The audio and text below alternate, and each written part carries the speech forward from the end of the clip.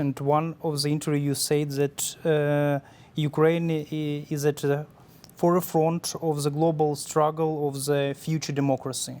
And the most important things today is for Putin to receive a military defeat in Ukraine. And you said that I think Ukrainians are capable of this. Yeah. And why is it so important that Putin has to be defeated? Well, Putin, along with Xi Jinping in China, have both argued that their authoritarian model is superior to a Western democratic one because they can accomplish things quickly and decisively. And I think that it's important to show that that's not right, that in fact he's made one of the biggest strategic blunders in history by invading Ukraine. Putin is also at the center of a network of anti-democratic forces.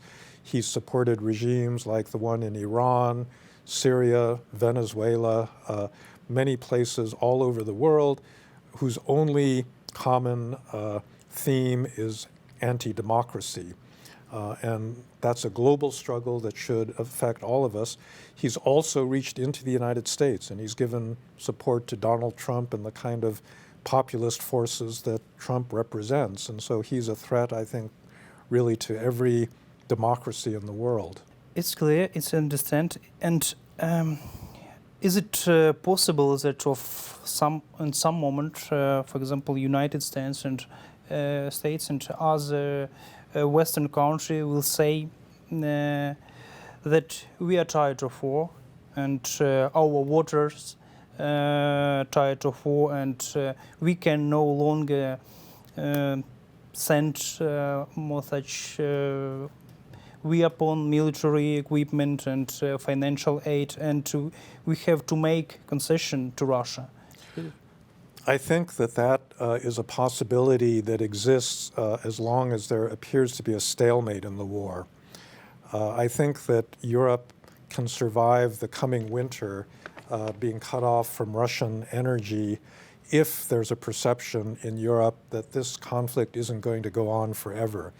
But if this looks like another frozen conflict where neither side can make any advances, then I think you're going to get increased pressure in Germany and in other European countries to say, okay, we need to settle this just to allow our economies to recover. So that's why I think that forward momentum by Ukraine in the military conflict is extremely important, and that's why this offensive now in Kherson is, really critical in maintaining Western support for sanctions and for a continuing support for Ukraine. Mm-hmm. And a few questions about Putin's and Russia. You've recently said that Russia now reminds me of Nazi Germany, and Putin controls everything. And are any changes possible within Russia, the change of regime? Well, that's something that many people like to speculate about. I don't think any of us know whether that's possible. Presumably, there are a lot of people in the security services and the military in Russia that recognize that Putin made a huge mistake and they're not happy about it. But, the nationalist fervor is very high right now, and whether that will actually lead to an open split within the leadership, I don't think any of us can predict.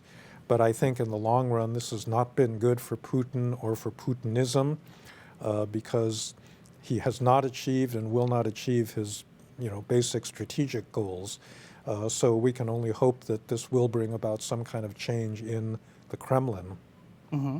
And if we imagine Putin is no longer a president, and will Russia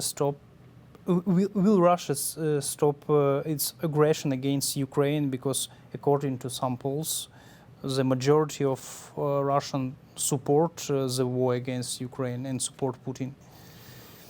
I think that we have a problem because Putin has cultivated a very extreme form of nationalism in Russia. And even after he's gone, I don't think that that's going to disappear. So I'm not sure that I would expect a radical change in a future leadership after Putin.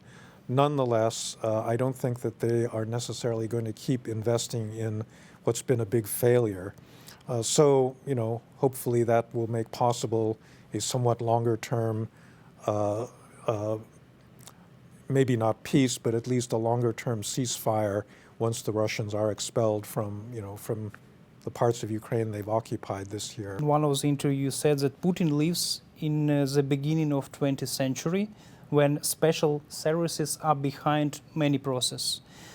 Let's now try to imagine his picture of the world, where enemies are everywhere, and what decision will he make in near future?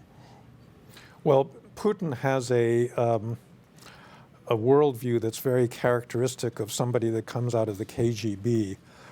He doesn't believe that people, democratic publics, really have any ability to affect history, that everything is manipulated by elites in the intelligence services, in the former Communist Party.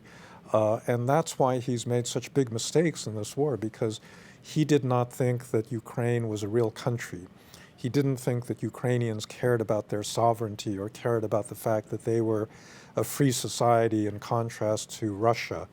And that's why he got into a lot of trouble, because he simply was unaware that, people can spontaneously rise up as they did in 2013-14, in the Revolution of Dignity. And as long as he's got that lack of awareness, he's going to continue to make mistakes, of the sort that he's been making. How do you see the future of Russia and Ukraine, let's say approximately for 5-10 years? What will this country be like, and what will be the relationship between them? All I can express are my hopes. I can't make any predictions. I would hope that in 10 or 15 years, Ukraine will be an independent, democratic, and free country that is sovereign over its own recognized territory. And I would hope that this would have an impact in Russia, where their defeat in this Putin enterprise would be recognized as a big national humiliation, one that they should not repeat, any time in the future, and that Russians themselves would come to accept the post-1991 European order, where democracy has actually expanded through a lot of the territories that at one point had been controlled by the former Soviet Union.